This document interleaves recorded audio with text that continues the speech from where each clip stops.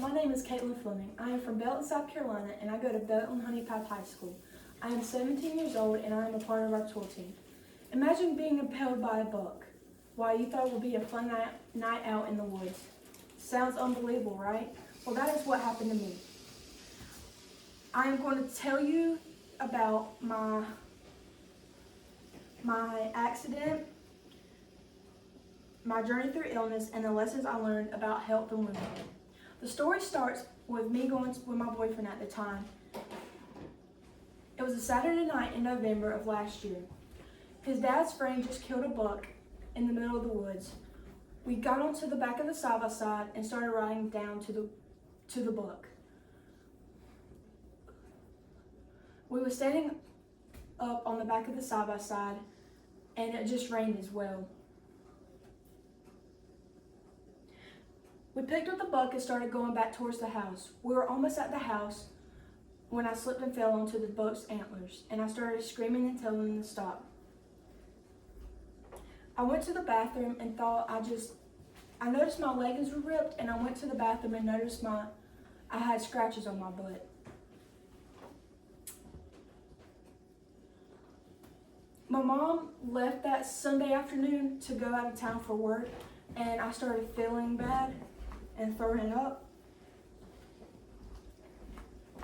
I stayed out of school for a few days thinking I would get well, but I didn't. So me and my grandma went to urgent care to see what was wrong with me.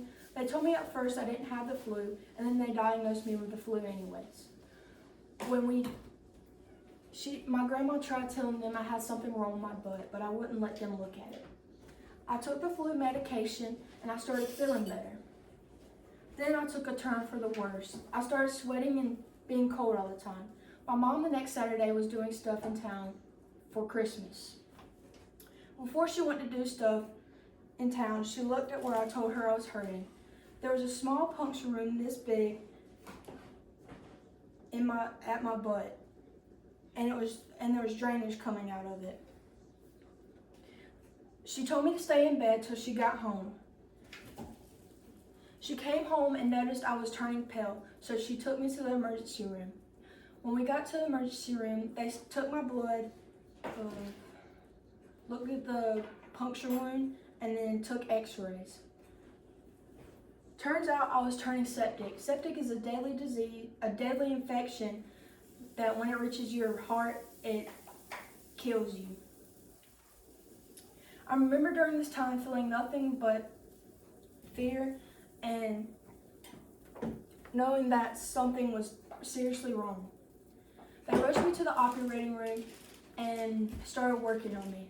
They told my parents that the infection ate half of my left butt cheek, and I had tunnels where the infection had ate.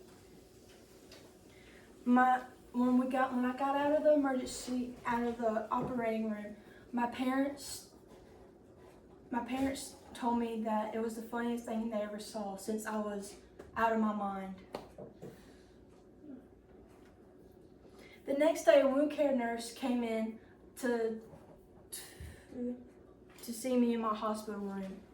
She patted my butt with what I thought was cloth and had the help of a doctor. My mom was holding me down while I was screaming and asking the wound care nurse to stop.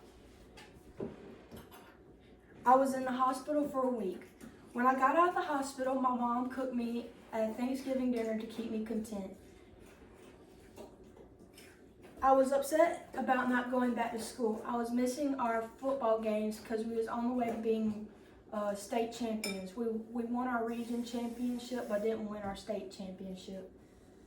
I was also missing my exams and tests, and since it was the end of the semester,